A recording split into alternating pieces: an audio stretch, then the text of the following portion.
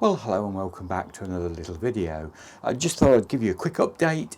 It's a garden video this time, and obviously the greenhouse is now beginning to fill up. It's the middle of April, and I'd like to wish everybody a happy Easter also, which is coming up this weekend.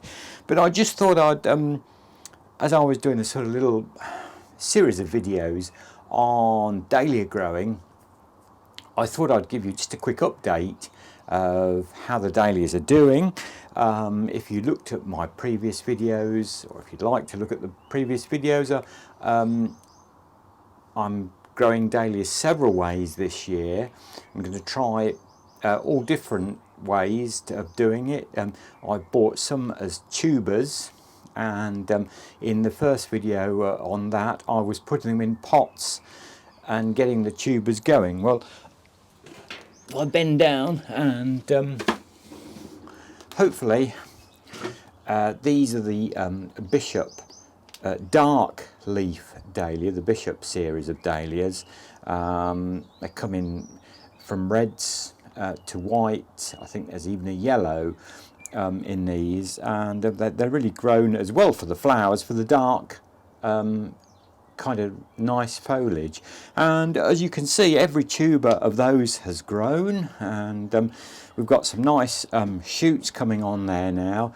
And now it's just a real question of gauging the weather. In the daytime I now stand these outside. I don't want them to grow too much more which is always difficult, because obviously we still could get frosts at night, and dahlias are very, very frost tender. You have to be really careful. These have been under glass, and the slightest frost would frazzle the foliage off. Wouldn't say necessarily kill the plant, but it would put it back many weeks. And so they're doing really well. I'm really pleased with how they're coming on. You can see it's getting heavy. I shall have to put that down. You can see the advantage of, and if I pick up another couple of pots here, these are some cactus dahlias that I also set in pots. These were bought as tubers this year. You can see the advantage that you get. If you think another month that's going to be in that pot, and it's going to make a nice sturdy stocky plant. You're going to be many weeks ahead of the game, as it were, when you set that out. You're going to get some dahlia flowers a lot earlier by doing this. I'm also have still got some tubers that I haven't done nothing with. They're the tubers that I saved myself and overwintered. If we pull one of those up, and there we go. That's a dry tuber there, which seems sound enough. The crown, as I've explained, it's the crown. The crown still seems sound on that, and there's one or two very slight little nodules of shoots coming on that. So with those, I suppose there's probably about 10 or 11 of those. I'm going to put those straight in the garden. Not going to put them in pots just when, probably do that, at the end of April. Just dig a hole and stick them in the ground and see what happens, and see how long they take, to come to maturity and get some flowers on. Obviously, as I say, it's going to be a lot longer than, getting them going in pots. There is another way we could do it, and we might have a look at that if time prevails. You could. The other thing about getting your dahlias growing in pots like this is, we've got 1, 2, 3, 4, 5, 6, 7, 8, 9 shoots there. We could be really crafty and sort of take a couple of those shoots off and grow on as cuttings. And I might look at that. That's another way you can increase your dahlia stock from tubers, as I say. And if a surefar way is if you cut the stem of the new shoot right down and nick a little bit of the crown skin with it.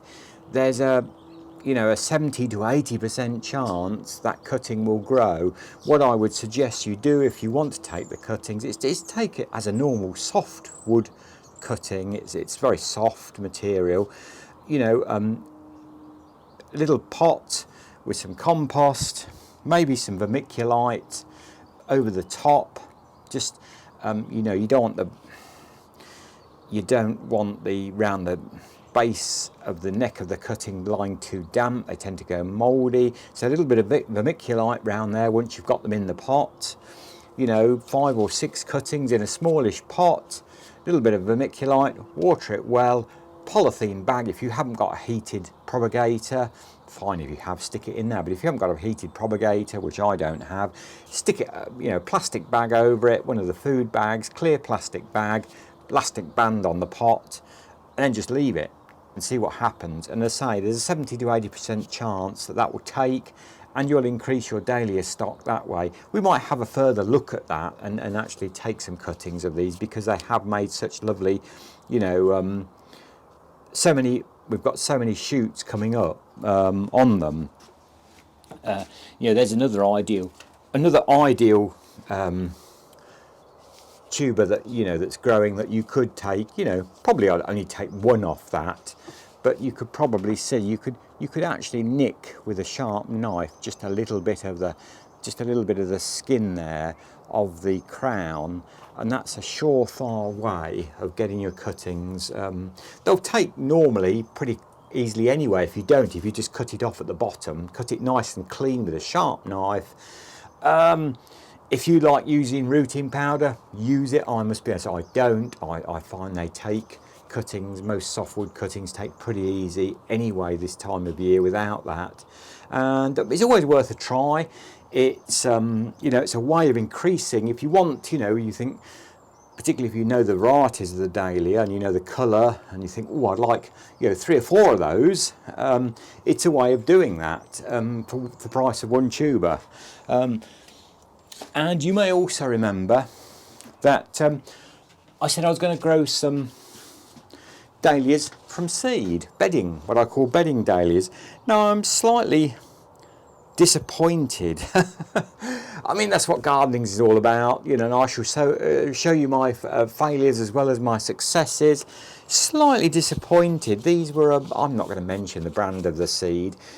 A couple of years ago, with the COVID situation, I was having trouble, you know, getting seeds, and British seeds seem so expensive. Would you believe I managed to buy some seeds from off a website, and they came from Poland of all places, and they were amazing seeds. The germination rate I got, you know, from them was incredible. These were a very expensive British seed. Yeah, there was more seeds than have come up. I suppose it was very nice weather when I set these, very warm, sunny, and then within 3 or 4 days we had a horrendous cold spell. Now, I did keep the heater on in the greenhouse. It never got deathly cold. The heater arm goes under the staging, so it always keeps it relatively warm under there, but I was still quite disappointed. I mean, they're lovely, healthy seedlings there, and you know, there must be, in fact, that is probably about the right amount that I want. I can prick these out, and there again, we might do that, and I might do that in a video. I shall prick these out into individual little, like 3-inch pots, and grow them on in pots, and that way I find that you don't have to, if you put them in seed trays, you have to divide them up and break the roots a bit, whereas in a pot, you know, you can just set it out and away the plant goes. So they're the bedding Dahlias from seed.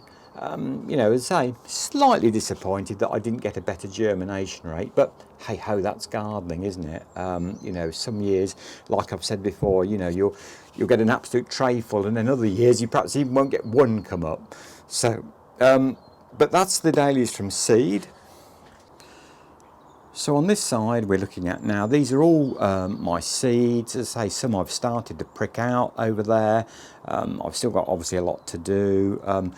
Really, I'm quite pleased. I had quite a, you know, with the other seeds I had quite a good germination rate, as I say, because it did become woefully cold within a week of me setting these. I had, you know, 4 or 5 really lovely warm spring days and quite warm nights, but then it came, in fact one night we had a frost of -3 here. But as I say, my little Aladdin heating has been absolutely brilliant. You know, it's in fact, so far this year, I haven't even used 20 litres of paraffin. And if you're wondering how much 20 litres of paraffin costs today with the oil prices, I still bought that for much the same price as I did last year. That was round about £37. So, you know, if you were to go and buy all these plants, I know there's a lot of work to do on these plants yet. They've all got to be pricked out and grown on, and we still could have some cold nights to come. And over this side, I've got a sea of geraniums over this side, as you can see. So lots of work to be doing and to be done. And as I say, I shall continue on now with my pricking out of these plants. There we go. And but I just wanted to show you a quick update of the dahlias, and down on the floor there. I've got some nice sweet peas there again, all grown from seed, and they have germinated really fantastically. Some people can have difficulty with sweet peas. Sometimes they cannot be the easy. You know, they're a big hard seed, and they get very dry, and sometimes the germination rate isn't that good. But anyway, I'm waffling now.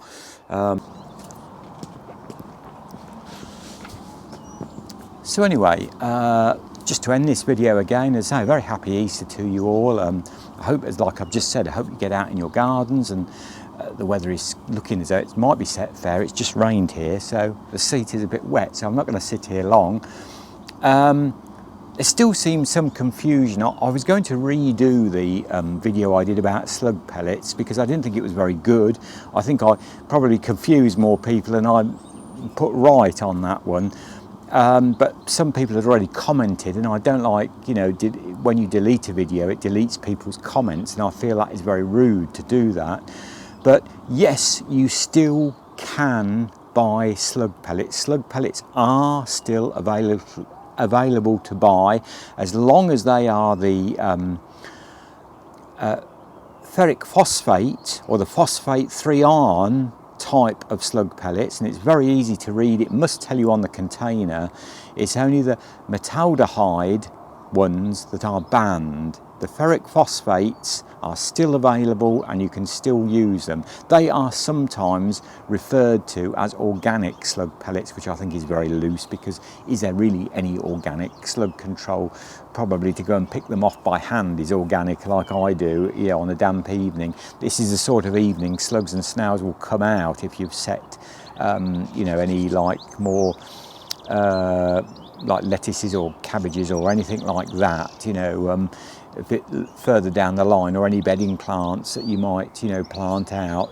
But yeah, the ferric phosphate slug pellets can still be bought in the UK. They are not banned, and I think this has been a total confusion, because I think some sites and some newspapers and some media outlets are banding about that slug pellets are banned full stop. They are not.